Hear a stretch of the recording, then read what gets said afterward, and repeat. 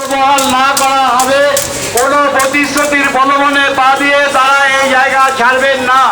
যতক্ষণ পর্যন্ত যোগ্য অযোগ্যদের তালিকা প্রকাশ না হবে ততক্ষণ পর্যন্ত চেয়ারম্যানকে স্কুল সার্ভিস কমিশনের চেয়ারম্যান যিনি দুর্নীতির আতুর করে বসে আছেন তাকে কোনো অবস্থায় এখান থেকে যেতে স্বাভাবিক কারণেই পালিয়ে যাবেনটা কোথায়? আমাদের পার্শ্ববর্তী রাষ্ট্র শ্রীলঙ্কার দৃশ্য সবাই দেখেছেন। জনগণ যখন ঘনীভূত হয় শ্রীলঙ্কা তার অন্য জায়গায় বার্তা প্রকাশ করে নিয়ে যায়।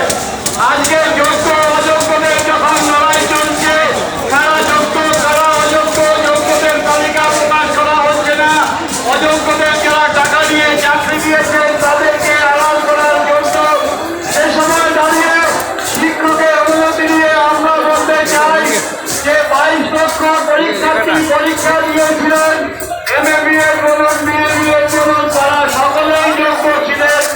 চাকরির পদ্ধতি, চাকরির যে বাছাই পদ্ধতিটা ছিল শুধুমাত্র বাছাই করা, যেহেতু 26,000-এর বেশি নিয়োগ করা যাবে না,